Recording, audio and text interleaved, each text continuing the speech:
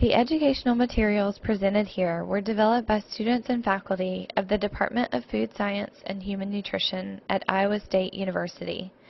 Funding for this project was provided by grants from the American Cancer Society Midwest and the Lance Armstrong Foundation. The materials are intended for educational use and are not meant to provide medical advice. We welcome your feedback about these materials. Please use the evaluation survey link on the homepage to provide your comments and suggestions.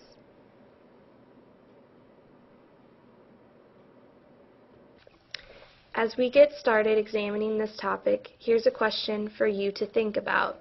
How much tea do you consume daily? Why do you drink tea? All tea comes from the plant Camellia sinensis. The types of tea that can be found are white, green, oolong, and black. All the teas from the grocery store are derived from these types and flavor is added.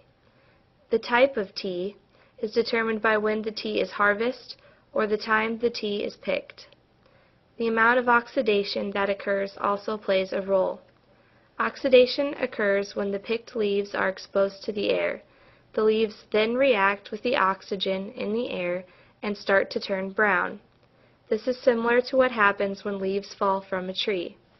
Another determining factor of the type of tea is the processing that it goes through.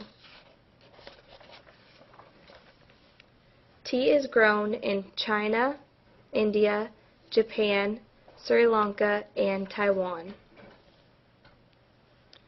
White tea is picked before leaf buds fully open and are still covered with fine silky hairs. The white tea leaves buds are air-dried, preserving more of its antioxidant properties. White tea is said to have 3 times more antioxidants than green tea. Green tea is tea leaves that have undergone minimal oxidation during processing. Oxidation is a chemical reaction that takes place when tea leaves are picked and begin to wither and die. After tea leaves are picked, they are left in a climate-controlled room where they turn darker as time progresses. This is due to the enzymatic breakdown of chlorophyll. Green tea is only 5 to 40% oxidized. It is heated immediately through steam or dry cooking pans once it reaches that level. It is usually processed within 1 to 2 days of harvesting. Oolong tea is oxidized between green tea and black tea. It is oxidized for 2 to 3 days before being processed.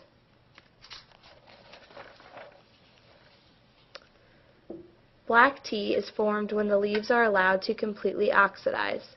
This creates the deep, rich flavor. They are oxidized between 2 weeks and 1 month. Again, the composition of tea is affected by growing season, strain or variety, storage, and brewing conditions. Herbal teas, such as chamomile, ginger tea, or peppermint, are really not tea at all. This is because herbal tea is not made from Camellia sinensis. It is made from seeds, roots, flowers, or other parts of plants and herbs. As a result, herbal teas are nearly always caffeine-free. Herbal tea does not have necessarily the same health benefits as regular tea. There are many types and varieties of herbal tea. Some may be combinations of herbal and tea ingredients, so read labels carefully. Tea contains polyphenols. This class of compounds is found in most plants and has been found to provide health benefits. Polyphenols include a particular group of compounds known as catechins. These catechins have been known for their powerful antioxidant ability. Antioxidants help to prevent or slow oxidative damage to the cells in our body by reducing free radicals. White tea and green tea contain the highest levels of catechins. In particular, the catechin known as ECGC, or epigallocatechin 3 gallate. This is due to the fact that white and green tea are the least processed. Other polyphenols found in tea are theaflavins and thearubicins. These are highest in oolong and black tea. This is due to the fact that they are more processed. In general, these compounds provide healthful benefits to tea. As mentioned before, tea has been found to contain powerful antioxidants. This chart above is a great comparison of how many glasses of other beverages it would take to get the same antioxidant activity as in 2 cups of tea.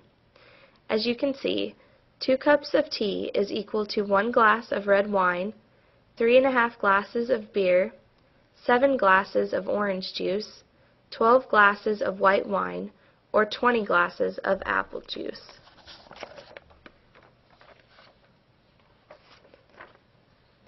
There has been much interest in determining if tea consumption influences cancer risk. Researchers in Shanghai, China investigated the relationship between green tea consumption and breast cancer risk in women between the age of 20 and 74.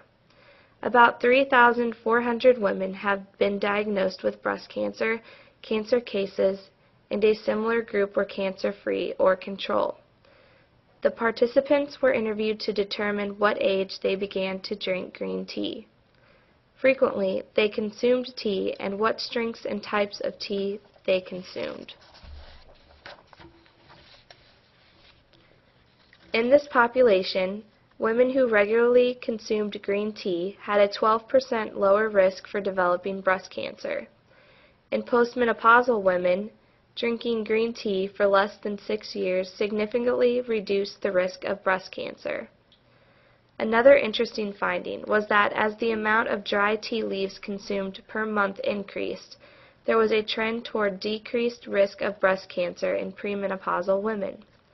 Overall, this study concluded that green tea consumption may be weakly associated with a decreased risk in breast cancer.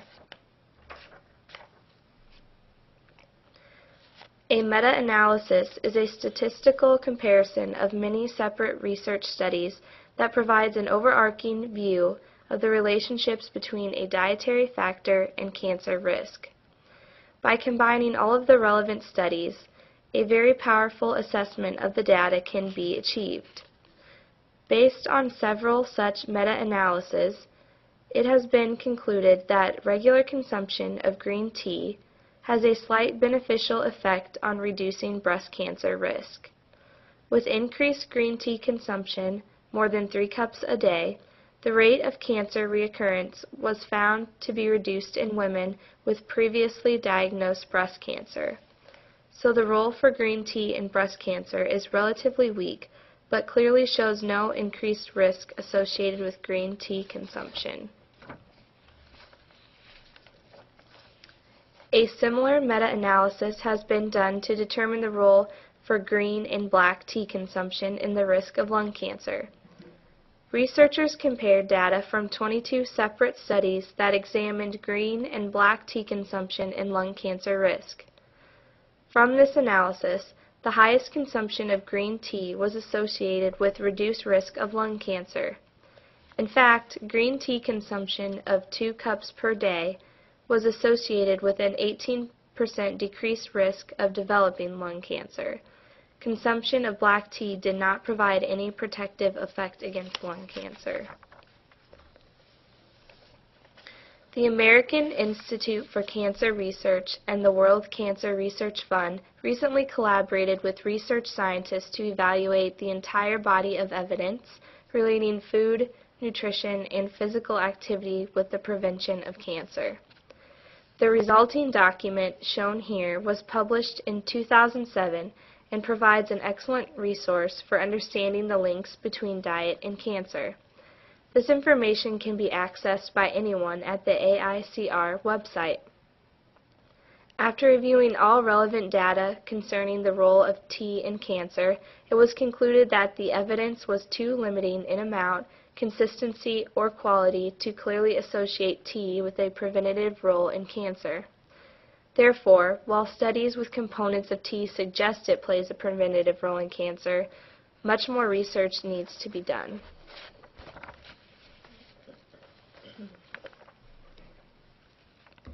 Let us turn our attention now to coffee. This beverage has been consumed by humans throughout history. It has been promoted for both positive and negative health associations. Here is another question to ponder. How much coffee do you consume daily? Why do you drink coffee? Coffee is a brewed drink. It is prepared from roasted seeds of the coffee plant. The plant itself is like a shrub or small tree.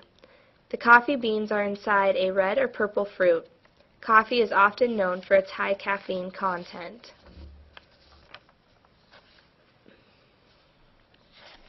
Coffee is grown all over the world. Some larger producers are Hawaii, Indonesia, Colombia, Mexico, Guatemala, Kenya, Puerto Rico, and Brazil. One important thing to note is that coffee can be broken into two distinct categories, Arabica and Robusta.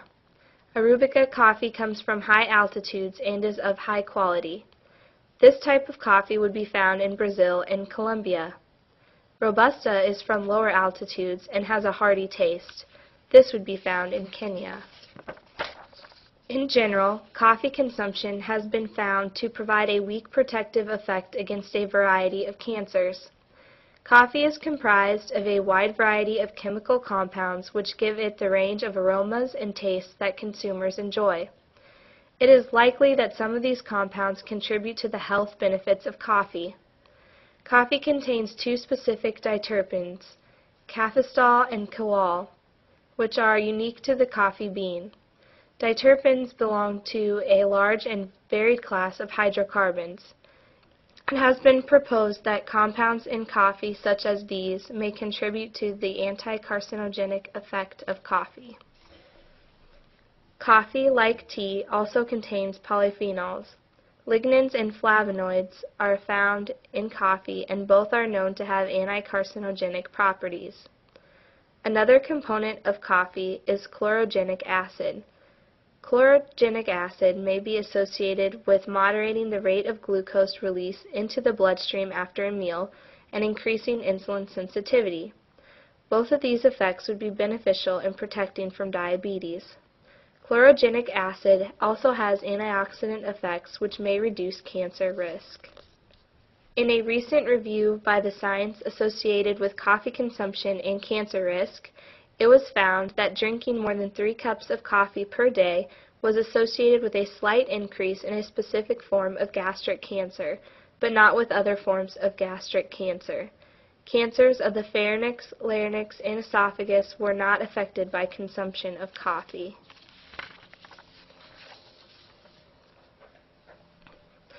To investigate the relationship between coffee consumption and colorectal cancer, a team of researchers from Harvard Medical School compared data from the Nurses' Health Study, which was comprised of women, and the Health Professional Study, which was comprised of men. These large data sets allowed for a high level of statistical power to determine correlations among dietary factors and disease occurrence. The conclusion of the work was that consumption of caffeinated coffee, tea, or caffeine intake alone had no effect on risk of either colon or rectal cancers in either men or women. Of interest, the researchers did find that consumption of 2 or more cups of decaffeinated coffee per day significantly reduced the risk of rectal cancers. As with all human studies, it is not possible to determine what specific components of coffee may be responsible for these effects. Many lifestyle factors impact risk of cancer, and although the research factors these into their statistical analysis, it is not fully possible to eliminate the impact of these factors. Now let's take a look at caffeine's role in tea, coffee, and cancer. How much caffeine do you consume daily, and why do you drink caffeinated drinks? Caffeine is found in several beverages and foods. This chart compares the amounts of caffeine found in coffee and tea. As you can see, coffee is significantly higher in caffeine content than tea. The way coffee is prepared also affects the amount of caffeine in the beverage. Black, white, and green tea also contain measurable amounts of caffeine. This may be surprising to some people, who may think that green tea is caffeine-free. Decaffeinated teas have very low amounts of caffeine and are a good alternative if you are interested in limiting caffeine intake.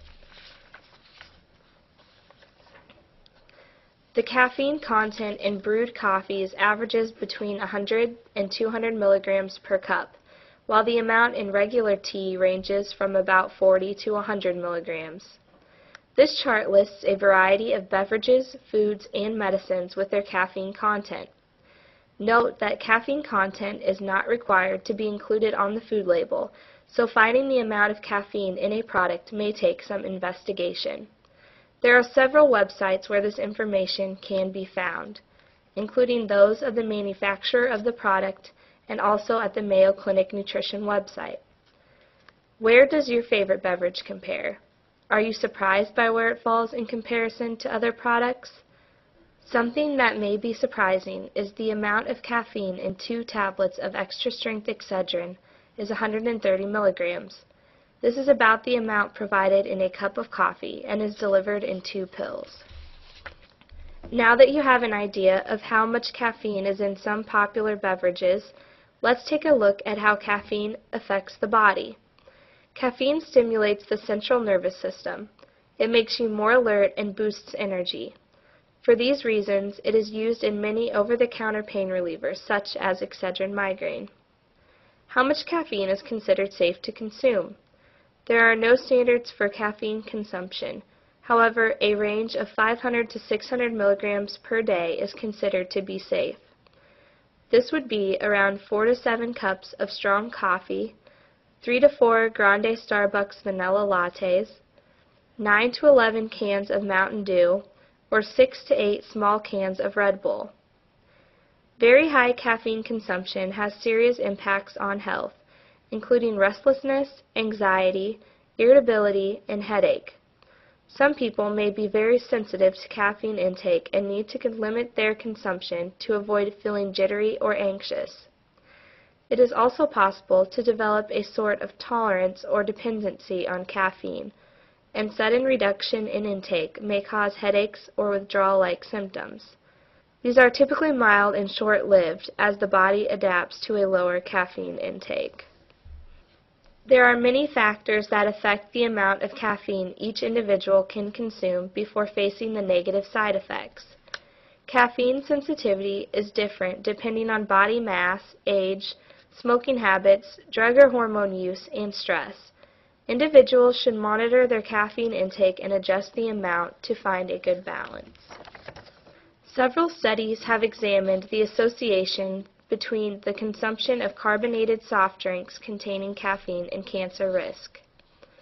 The Harvard research team mentioned earlier also examined the effects of soft drinks on upper gastrointestinal cancers and found no increased or decreased risks of cancer of the mouth, pharynx, larynx, esophagus, or stomach with consumption of 1 or more cans per day.